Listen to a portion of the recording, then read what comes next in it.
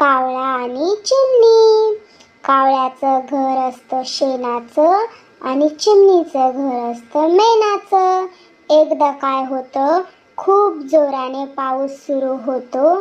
त्या पावसामध्ये कावळ्याचं शेणाचं घर असतं ते वाहून जातं आणि चिवताईचं घर मेणाचं असतं त्याला काहीच होत नाही. कावळा आश्रय घेण्यासाठी चिमणीच्या घराजवळ उडत उडत येतो. घराचं दार बंद असतं.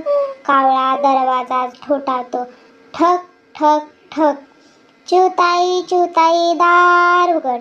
आतमध्ये चिवताई आपल्या बाळाला अंघोळ घालत असते. ती मधून म्हणते, कावळे दादा थांब जरा, मी माझ्या बाळाला अंघोळ घालते. कावळा काही वेळ तिथेच थांबतो आणि ठक ठक दरवाजा ठोठावतो. चिवताई चिवताई दार